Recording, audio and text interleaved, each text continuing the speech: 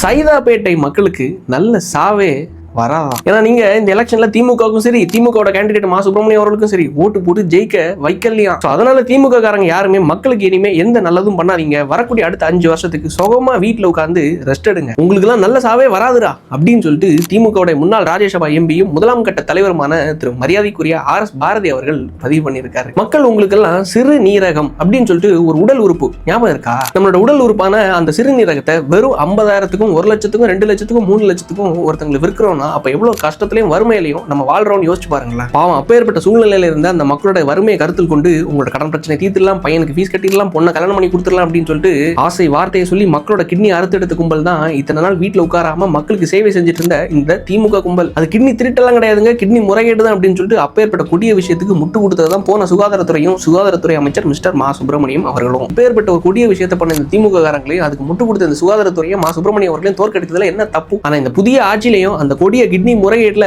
ஈடுபட்ட சில அக்காக்களை இன்னும் தூக்கலன்னு வைங்களேன். கொஞ்சம் வருத்தம் தான், சரி அதை விடுங்க. ஒரு கேரக்டர் ஞாபகம் இருக்கா? இதோ மதுரைக்கு வந்துட்டேன், இதோ ஏர்போர்ட்டுக்கு வந்துட்டேன், இதோ ஃபிளைட் ஏறிட்டேன், டெல்லிக்குள்ள வந்துட்டோம், டெல்லியில கால் மிதிச்சிட்டோம், சுப்ரீம் கோர்ட் வாசலுக்குள்ள போய் வாதாட போறோம், உங்க நாம் தமிழர் அட்வொகேட் நீங்க சொல்ற மாதிரி ஐ எம் வெயிட்டிங் எல்லாம் கிடையாது, ஐ எம் கமிங், சீரோல இருந்து கமிங் அப்படின்னு சொல்லிட்டு நாம் தமிழர் கட்சியோட சட்ட பாசறை மரியாதைக்குரிய வழக்கறிஞர்கள் எல்லாம் டெல்லிக்கு பறந்து போறாங்க. இந்த கரூர் மக்களுக்கு அரசு வேலை கொடுக்கணும் கொடுக்க கூடாதுங்கிறதுல நீங்க வாதாடக்கூடாதுன்னு எல்லாம் சொல்லல. ஆனா அந்த கரூர் மக்களை எப்படி கொச்சப்படுத்தி அசிங்கப்படுத்தி கேவலப்படுத்தினீங்க. விஜய் மேல வன்மொன்னு அங்க காட்டணும், அதை விட்டுட்டு கூத்தாடிப்பேன்னு சொல்லிட்டு கரூர்ல உறவுகளை இழந்த மக்களை எப்படி எல்லாம் அசிங்கப்படுத்தினீங்க. அதனாலதான் நீதிமன்றம் who are you to question the government policies சொல்லிட்டு கேவலப்படுத்தி அனுப்பிட்டு இருக்காங்க. மக்கள் எங்களை ஓட்டு போடாம புறக்கணிச்சிட்டாங்க. திமுக வச்சு என்ன பண்றாங்க? ஓட்டு போடாத மக்களுக்கு நல்ல சாவே வராதுன்னு சொல்லிட்டு சாபம் தான் போடுறாங்க. ஆனா நாங்க சாவெல்லாம் போட மாட்டோம், கிரிமினல் கேஸ் சிவில் கேஸ்ன்னு சொல்லிட்டு லீகலா எங்களை எதிர்த்து கேள்வி வைக்கிற ஒவ்வொரு மக்களையும் தூக்கி ஜெயில கொண்டு போய் போடுவோம் அப்படின்னு சொல்லிட்டு லீகலா இறங்குனாங்க. இல்ல அந்த நாம் தமிழர் கட்சியோட லீகல் டீம் எங்கயா? இந்த டிவி ஆட்சியில நடக்கிற நல்லதே பேசணும், தவறுகளையும் சுட்டி காட்ட தான் செய்யும். இன்னைக்கு எங்க ஊர் கன்னியாகுமரி மாவட்டத்தில் பக்கத்தில் இருக்கக்கூடிய தக்கலையனும் பகுதியில் கவர்மெண்ட் ஸ்கூல்ல பொம்பளை பிள்ளைங்க படிக்கும் போது